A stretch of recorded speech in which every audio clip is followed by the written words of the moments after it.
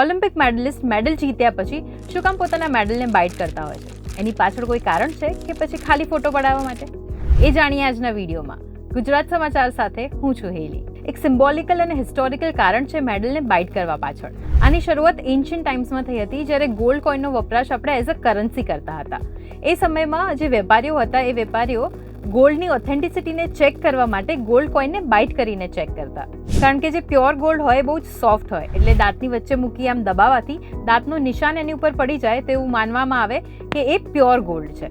સો eventually આ જે practice છે ગોલ્ડ ચેક કરવાની આ સ્પોર્ટ્સમાં આવી ગઈ. જોકે હવે મેડલ્સ ગોલ્ડના નથી આવતા, એની ઉપર ખાલી સોનાનું પાણી ચઢાવેલું હોય છે. સો હવે એથ્લીટ્સ ગોલ્ડની પ્યોરિટી ચેક કરવા માટે નહીં, પણ પોતાના વિનિંગ મુમેન્ટને સેલિબ્રેટ કરવા માટે અને સાથે જ એક આઇકોનિક પોઝ સાથે કેમેરામાં કેપ્ચર થવા માટે જે ગોલ્ડનું મેડલ હોય છે તેને બાઇટ કરતા હોય છે.